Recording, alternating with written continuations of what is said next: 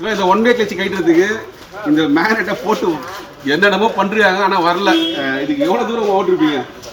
நிறைய மெக்கானிக் நிறைய மெக்கானிக் நீங்கள் மெக்கானிக்கா எப்படி?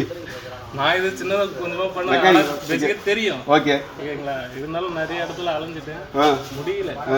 அதுக்கப்புறம் ஒரு இடத்துக்கு கொண்டு போன சூப்பர் பைக் ரெடி பண்ணாரு, அங்கேயும் வரலன்ட்டு இன்ஜின் கேஸு கிராக் அளவுக்கு ஆயிடுச்சு. ஓகே.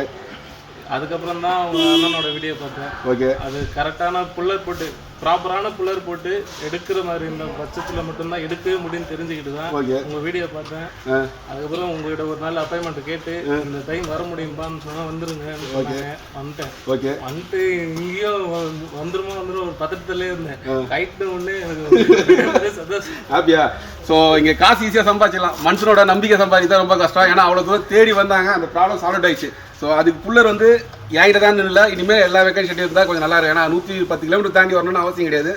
இப்போ பொதுவாக நம்ம இந்த ஒரிஜினல் புல்லரில் பார்த்தீங்கன்னா அந்த புல்லர் கட்டுமா, ஒரிஜினல் புல்லர் போட்டு கைட்டினோம்னா இது உள்ள த்ரெட்டு போகும். இது நிறைய பேருக்கு தெரியும். இந்த KTM 390 நம்ம 400 இதில் எல்லாத்துலேயும் ரெடி பண்ணுறவங்களுக்கு தெரியும். அதுக்கு சிம்பிளான சொல்யூஷன் 4 ஹோல்ஸ். நம்ம இதோட PCD பார்த்தீங்களா, அதாவது கிளச் ஒன் கிளச்சோட பேஸ்கெட் பின்னால் வரும் பார்த்தீங்களா இந்த பீஸு. இதுக்கேற்ற மாதிரி ஒரு 4 ஹோல்ஸ் போட போகிறீங்க. அதை மாதிரி இந்த சைஸில் வந்து பற்ற வைக்க போகிறீங்க.